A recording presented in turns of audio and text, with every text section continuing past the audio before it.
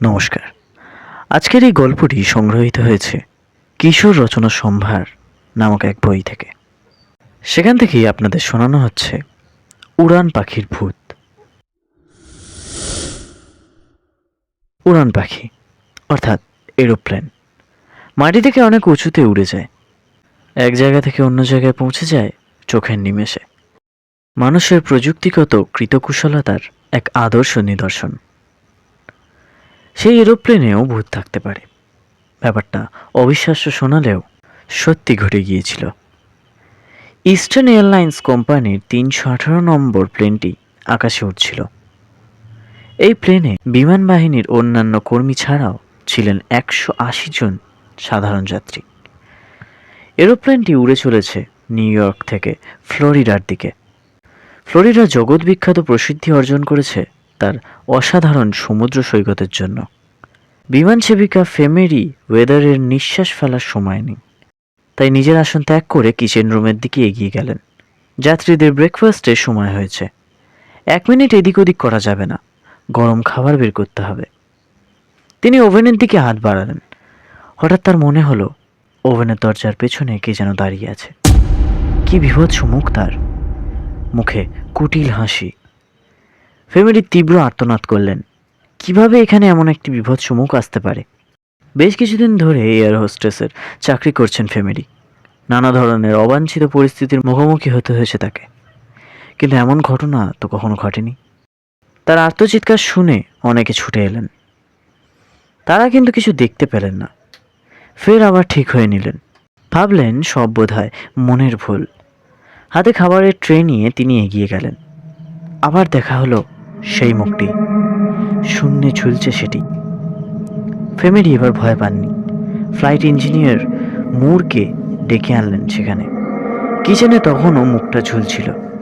Flight engineer শুনতে পেলেন একটা অস্ফুষ্ট কণ্ঠস্বর, কে যেন ফিসফিস করে বলছে, সাবধান, আগুন জ্বলছে। এই দুটি ভয়ঙ্কর শব্দ উচ্চারণ করার সাথে সাথে ওই মুখটি অদৃশ্য হয়ে গেল। মুর মুখটা চিনতে পারলেন। শিউরে উঠলেন তিনি। এটা হলো আগের ফ্লাইট ইঞ্জিনিয়ার ডন রিগোর মুখ। এর আগে একবার তিনি এক দুর্ঘটনায় মারা গিয়েছিলেন। সেই মুহূর্তে ডনের কথাটা কেউ বিশ্বাস করতে পারেননি। ডন রিগোর এই সাবধানবাণী মনে রাখলে হয়তো এমন দুর্ঘটনা ঘটত না। ঘণ্টাখানেকের মধ্যেই ইঞ্জিনের গণ্ডগোল দেখা দিল। প্লেনটিকে আবার নিউ ইয়র্ক নিয়ে আসা হলো। পরীক্ষা নিরীক্ষার পর প্লেনটিকে আবার আকাশে ওড়ানো হলো। পরীক্ষামূলক উড়ান বটে, কিন্তু তারপরেও মাঝ আকাশে প্লেনটিতে বিস্ফোরণ ঘটে। শব্দ করতে করতে সেটি রানওয়ের ওপর আছড়ে পড়ে। ডন রিগোর আত্মার কথা সম্পূর্ণ সত্যি বলে প্রমাণিত হলো। আমেরিকার কর্তৃপক্ষ জানালেন, যদি প্লেনটিকে মেরামত করার জন্য নিউ ইয়র্ক বিমানবন্দরে অবতরণ না করা হতো তাহলে অনেক অসহায় মানুষের প্রাণ যেত আজ। ১৯৭২ সাল, লুলোডিক ১০১ ট্রি স্টার ৪০১ নম্বর প্লেন দুর্ঘটনায় পড়েছিল। এতে ডন রিগো মারা গিয়েছিলেন। তিনি ছাড়াও পাইলট বব লগা এবং আরও ৯৭ জন যাত্রী এই দুর্ঘটনায় শিকার হয়েছিলেন। পাইলট বব লগকেও তার মৃত্যুর পরে নানা বিমানে দেখা গেছে। লুলোডিক কর্পোরেশন ওই দুর্ঘটনাগ্রস্ত প্লেনটির যেসব অংশ অক্ষত ছিল সেগুলিকে নতুন প্লেনটিতে এনে ব্যবহার করা হয়েছিল। রান্নাঘরের ওভেনটাও ছিল ওই অভিশপ্ত উড়ান পাখির, যেটাতে ডন রিগো এবং বব লগ মারা গিয়েছিলেন। ইস্টার এয়ারলাইনের ফ্লাইট প্রেসিডেন্ট ট্রি স্টার ৩১৮ প্লেনে যাচ্ছিলেন। সেই প্লেনটিতে আগের প্লেনটির অক্ষত পার্টসগুলো লাগানো ছিল। একজন ক্যাপ্টেন তার পোশাক পরে প্রেসিডেন্টের পাশে বসে গল্প করছিলেন। ক্যাপ্টেনের মুখটা লক্ষ্য করে অবাক হলেন ভাইস প্রেসিডেন্ট। চমকে উঠলেন তিনি, এত বড় মুখ!